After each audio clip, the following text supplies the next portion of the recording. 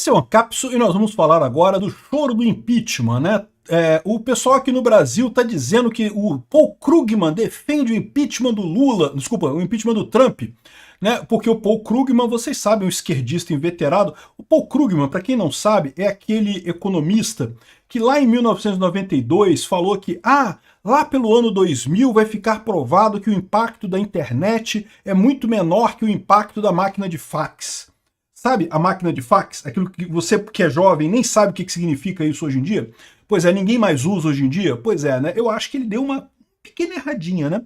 Mas ele ganhou o prêmio Nobel. Meu amigo, o que mais tem a esquerdista ganhando o prêmio Nobel injusto nisso? O Obama ganhou o prêmio Nobel da Paz. O Obama, que bombardeou um hospital da Unicef na Síria, ganhou o prêmio Nobel de Paz. O prêmio Nobel não quer dizer porra nenhuma. O Paul Krugman é um idiota. Idiota. Retardado mental. O Paul Krugman é uma das mentes mais idiotas. Olha, eu estudei esse cara na faculdade, então eu fiz mestrado, vocês sabem. Eu não concluí, eu não tenho título de mestre porque eu não apresentei minha tese. Mas eu fiz o mestrado todo, estudei Paul Krugman pra caralho na faculdade. Digo pra vocês com todas as letras, um idiota. Não tem uma ideia decente esse idiota. E aí ele vem agora dizendo aqui que está defendendo o impeachment do Trump por uma tarifa de 50% contra produtos do Brasil. Não, porque é lógico, né? O esquerdista ligado ao Lula, evidentemente, né? Agora, o mais curioso é isso daqui, ó. Após tarifaço de 50% de Trump, o Congresso brasileiro já vê caminho para o impeachment do Lula. Porque, lógico, a gente sabe que a culpa disso foram as ações do Lula que jogaram o Brasil em conflito com os Estados Unidos. Vamos entender esse caso aqui, porque tem uma diferença fundamental. Parece as duas coisas, não é um tá pedindo impeachment de lá, outro pedindo impeachment daqui, mas não é a mesma coisa lá não, não é a mesma coisa não, porque lá nos Estados Unidos o Trump tem a maioria, na Câmara e no Senado, maioria com uma certa folga. E lá o impeachment precisa de 2/3 para começar a parada, então não tem como. Você pode até conceber que alguns deputados republicanos votassem contra o Trump num pedido de impeachment dele. Mas teria que ter 1/3 dos deputados republicanos votando contra o impeachment dele para poder ter maioria e conseguir votar, conseguir passar o impeachment lá. Então não vai acontecer. Já o Lula aqui no Brasil, vocês sabem a votação que teve no IOF, né? Já era a votação para impeachment. Essa notícia foi sugerida por Nikita Molotov, Brasil com Lula é só ladeira abaixo e várias outras pessoas. Obrigado aí ao pessoal que sugeriu notícias lá no nosso site, no visãolibertaria.com. E obrigado a você que está assistindo o nosso vídeo. Se você gosta do nosso conteúdo, por favor, deixe o seu like e se inscreva aqui no canal, né? O que eu acho lindo é isso daqui, o pessoal dando ouvido pro Paul Krugman. O Paul Krugman é igual o Piketty. Vocês já viram manchete de jornal dizendo, não, porque o Piketty criticou o Milley, não sei o que lá e coisa e tal. Cara, o Piketty é um comunista, que é a escola de Frankfurt, acredita em coisa marxista. Só a imprensa brasileira, totalmente carcomida pelo marxismo, que tem coragem de citar esse cara. Nem lá na França o cara é citado. Bom, lá na França, pelos esquerdistas marxistas franceses, ele é citado, mas em círculos sérios, ele não é citado por lá. Mas aqui no Brasil, volta mesmo, não, porque o Piketty falou, igual o Paul Krugman, o Paul Krugman, a opinião do Paul Krugman, ai meu Deus, que coisa impressionante, é um idiota o cara, um burro pra caralho. Aqui, ó, vencedor do Nobel, já começa o argumento de autoridades nele, né? Afirma que taxação foi megalomaníaca, motivada por motivações políticas.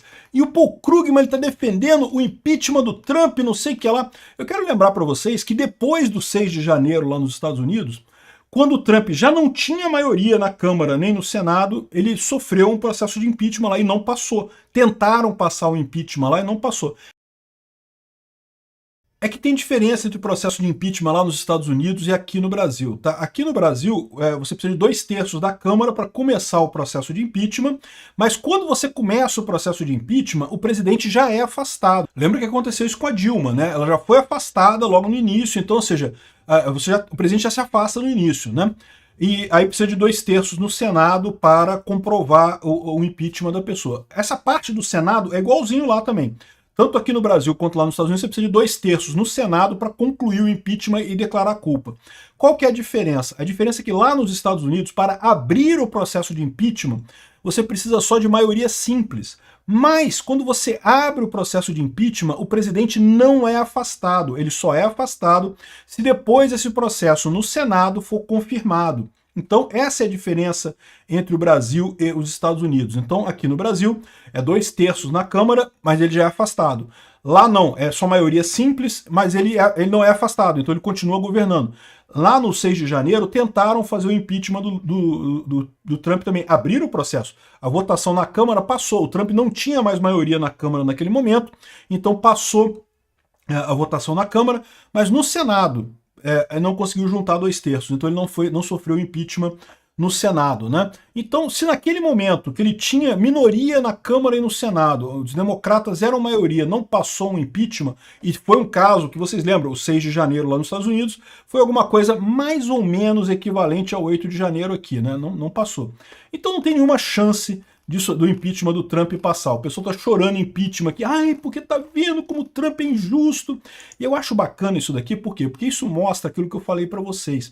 A esquerda aqui do Brasil, Alexandre de Moraes, o Lula, esse pessoal todo, tá muito confiante, porque eles acham, não, porque a esquerda americana vai segurar a bola pra gente, eles não vão deixar o Trump fazer isso. Se o Trump quiser atacar o Alexandre de Moraes, a esquerda americana vai conseguir... E não vai, meu amigo. O Trump tem maioria lá, até as eleições que vão ter no midterm, né, as eleições do meio do ano que vem, não vai ter nenhuma... Eles vão estar com maioria, não tem jeito, não. Muito pouco provável que os republicanos percam a maioria na Câmara e muito menos provável ainda que percam no Senado, pode até acontecer, mas é uma probabilidade muito pequena. E lembra, não basta perder a maioria na Câmara e no Senado, tem que ter 2/3 para o impeachment. Impeachment lá nos Estados Unidos é muito difícil de acontecer por conta disso, como são 2 partidos só, é um bipartidarismo muito forte, para você juntar 2/3 a favor do impeachment é muito difícil, tem que um monte de gente do outro partido, do partido do próprio presidente, querer o impeachment, né? Então, isso aqui, meu amigo, é choradeira do pessoal da esquerda aqui. Agora, isso daqui não é não, porque é o que eu falo para vocês, isso não é equivalente. Aqui no Brasil já teve a votação do IOF e o Lula já perdeu com placar de impeachment. Se o pessoal tivesse votando o impeachment, ele tinha passado o impeachment do Lula.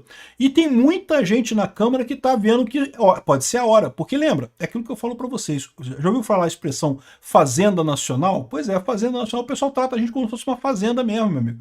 É pra gente dar leitinho, dar ovinho pros poderosos lá de Brasília e coisa e tal. Né? Você, igual um gadozinho bem obediente, vai obedecendo o seu chefe, vai obedecendo o patrão, vai obedecendo o governo, pagando seus impostos e coisa e tal. E aí no final eles colhem lá os leitinhos e as vaquinhas, e se você for um porquinho é pior ainda, porque sabe que o porquinho não tem como dar alguma coisa sem morrer no processo, né? Mas enfim, o ponto é esse. No momento que essa elite aristocrática socialista de Brasília começa a perceber que não vai ter mais tanto leitinho, não vai ter mais tanto ovinho saindo da fazenda brasileira, esse pessoal costuma não gostar. O administrador da fazenda é chamado para receber, vem cá, você falou que ia melhorar a coisa, mas não está funcionando não, né? Então, ou seja, existe sim a possibilidade de um caminho para o Congresso. Olha só, a decisão do Trump de aplicar uma tarifa de 50% sobre produtos brasileiros a partir de 1º de agosto gerou forte repercussão no cenário político e econômico brasileiro. A medida anunciada oficialmente esta quarta-feira foi acompanhada de críticas diretas ao governo Luiz Inácio Lula da Silva, que ampliou as tensões diplomáticas e provocou reações imediatas no Congresso Nacional. Em carta enviada ao Palácio do Planalto, o Trump mencionou ataques à liberdade de expressão no Brasil e citou nominalmente o Jair Bolsonaro, o que a gente sabe que é verdade, é o que está acontecendo. A esquerda está desesperada porque não consegue mais conquistar corações e mentes dos brasileiros e, com isso, quer censura a qualquer custo, o que é um absurdo completo. A incompetência deles não é culpa das redes sociais, as redes sociais só estão espalhando a incompetência deles, né? E com a entrada em vigor das novas tarifas, setores estratégicos da economia brasileira devem ser diretamente afetados. Agropecuária, siderurgia, petróleo e derivados. Petróleo e derivados é menos, tá? Porque petróleo e derivados você tem para quem vender, diferente dos Estados Unidos, então não deve ser muito afetado não, mas certamente teria alguma coisa. E também, mais do que isso, é a questão de vendas de produtos manufaturados. Isso é que mais prejudica o Brasil. Porque os Estados Unidos é um ótimo cliente para esse tipo de coisa. O pessoal lá tem dinheiro. Vai vender para quê? Vai vender para a China? A China, o pessoal da China não tem dinheiro, bicho. Vai vender para quê? Para a África? Ninguém na África tem dinheiro para comprar as coisas, comprar jato da Embraer. É mesmo esses países, Estados Unidos e Europa, que compram essas coisas caras, né?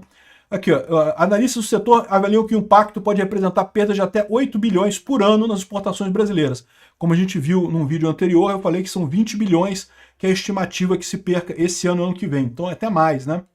A postura do Itamaraty nos últimos meses, marcada por aproximação com países dos BRICS e críticas diretas ao governo norte-americano, é apontada por analistas como um dos motivos do endurecimento do Trump. Exatamente, o Lula queria mesmo isso. Por quê? Porque o Lula quer um modelo Venezuela. Então eu acho que é uma resposta muito importante exatamente por isso, porque o Lula quer levar a gente para o modelo Venezuela.